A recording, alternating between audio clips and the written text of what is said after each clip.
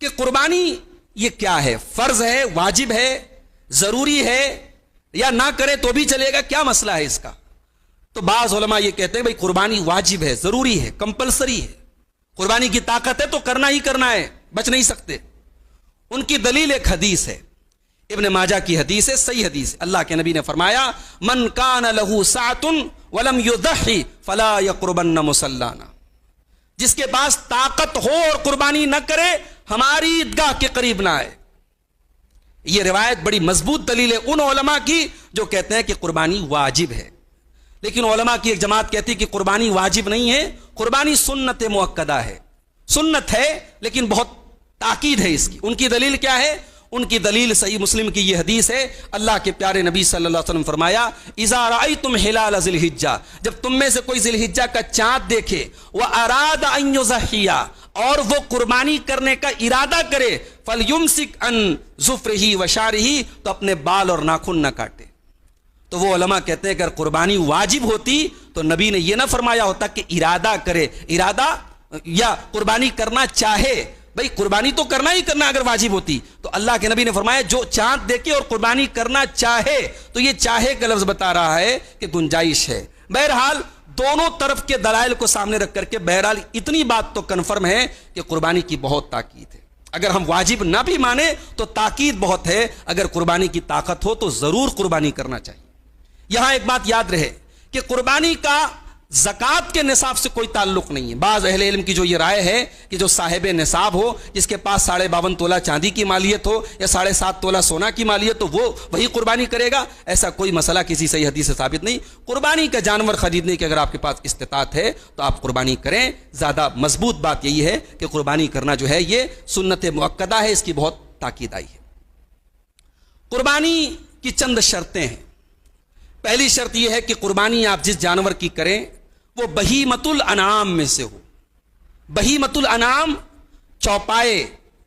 اللہ تعالیٰ نے سورہ حج کی آیت نمبر 34 میں فرمایا وَلِكُلِّ أُمَّةٍ جَعَلْنَا مَنْسَكًا، ہر امت میں ہم نے قربانی کا حکم دیا ہے، لِيَذْكُرُوا اسْمَ اللَّهِ عَلَى مَا رَزَقَهُم مِّن بَهِيمَةِ الْأَنْعَامِ، تاکہ لوگ ان جانوروں کے اوپر اللہ کا نام لیں جو حلال جانور، جو چوپائے، جو بہیمۃ الانعام ان کو اللہ نے دیے ہیں۔ اب یہاں بہیمۃ الانعام کا ذکر ہے۔ یہ بہیمۃ الانعام کون ہے؟ سورہ انعام کے اندر اللہ تعالیٰ نے واضح کر دیا کہ 8 جانور ہیں، گائے بیل، بکرا بکری، بھیڑا بھیڑی، اونٹ اونٹنی، یہ 8 جانور ہیں جو بہیمۃ الانعام ہیں۔ تو قربانی کا جانور ان 8 جانوروں میں سے ہونا چاہیے۔ دوسری شرط یہ ہے کہ قربانی کا جانور مسنہ ہونا چاہیے۔ اللہ کے نبی فرماتے ہیں لا تذبحوا الا مسنۃ، قربانی مسنہ جانور کی کرو۔ مسنہ کس کو کہتے ہیں؟ جس جانور نے دودھ کے دانت توڑ دیے ہوں اور 2 دانت اس کو نکل آئے ہوں۔ یہ ایسا اسٹینڈرڈ بتایا اللہ کے نبی نے کہ یہ پوچھنے کی ضرورت ہی نہیں کہ جانور کتنے سال کا ہے۔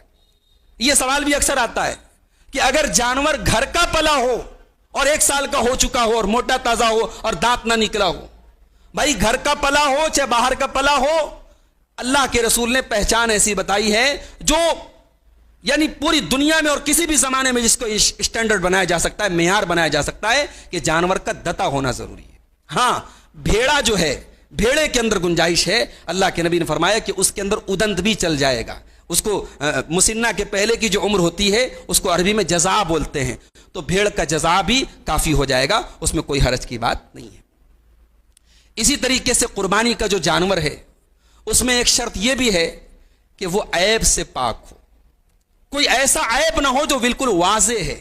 اللہ کے نبی نے فرمایا 4 لا تجوز فی الاضاحی، 4 جانوروں کی قربانی جائز نہیں ہے۔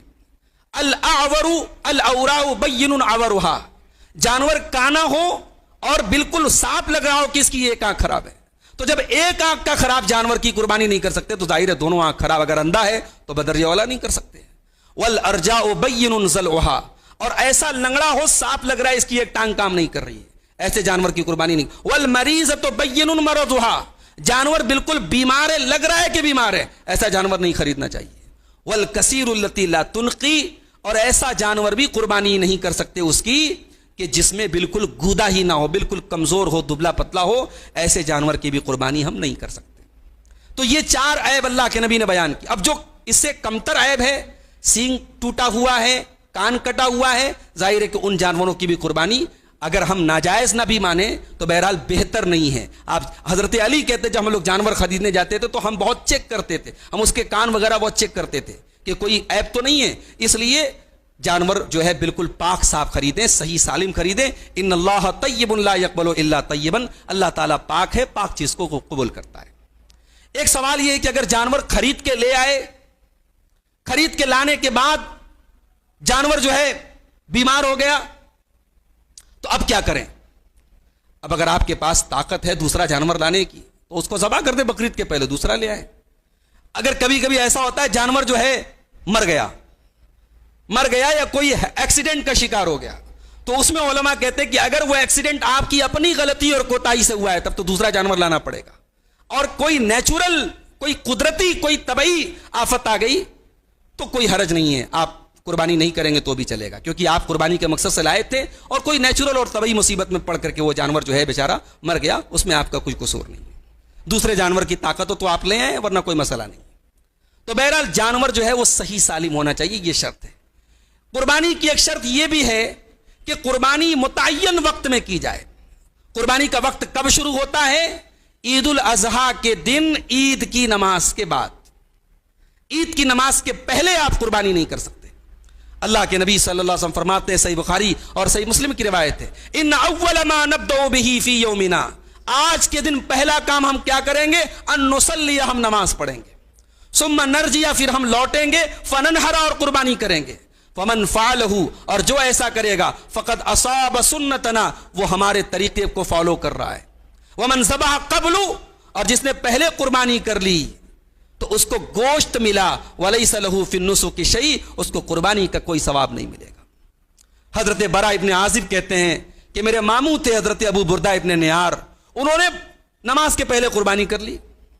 اللہ کے نبی کی نظر پڑ گئی، آپ نے فرمایا تلک شاۃ لحم، کہ یہ تو قربانی نہیں ہوئی، یہ تو گوشت کی بکری ہے، گوشت ملے گا تم کو، قربانی نہیں ملے گی. انہوں نے کہا اے اللہ کے رسول، میرے پاس ایک بکری ہے لیکن وہ بکری جزا ہے، مسنہ نہیں، دتا نہیں ہے، دتا کی عمر کے پہلے والی عمر میں ہے، یعنی ادنت ہے، تو کیا میں اس بکری کی قربانی کر سکتا ہوں؟ اللہ کے نبی نے کہا تم کر لو، لیکن آج کے بعد کسی اور کے لیے جائز نہیں. اس کے بعد اللہ کے نبی نے فرمایا من ذبح قبل الصلاۃ فقد ذبح لنفسہ، جس نے عید الاضحیٰ کی نماز کے پہلے قربانی کی اس نے اپنے لیے قربانی کی. ومن ذبح بعد الصلاۃ، اور جس نے عید الاضحیٰ کے بعد قربانی کی، فقد اصاب سنت المسلمین، تو اس نے مسلمانوں کے طریقے کو پا لیا اور وقت تم نسکہ، اس کی قربانی ہو گئی. تو قربانی کا آغاز ہوتا ہے عید الاضحیٰ کی نماز کے بعد، پہلے کریں گے نہیں ہوگی. کب تک کر سکتے ہیں؟ اللہ کے نبی کی صحیح حدیث ہے کل ایام التشریق ذبحون، تمام کے تمام ایام تشریق قربانی کے دن ہیں. ایام تشریق کون ہے؟ 11 12 13 ذی الحجہ. 11 12 13 ذی الحجہ ان کو ایام تشریق کہا جاتا ہے. تشریق کا مطلب دھوپ میں سکھانا، دھوپ میں روشن کرنا. گوشت کو سکھاتے تھے وہ دھوپ میں عرب میں، تو اس کو تشریق کہا جاتا ہے. اور مینا میں جو کنکری ماری جاتی ہے، ساری امت کا اتفاق ہے کہ وہ بھی 11 12 13 تینوں دن کر سکتے ہیں.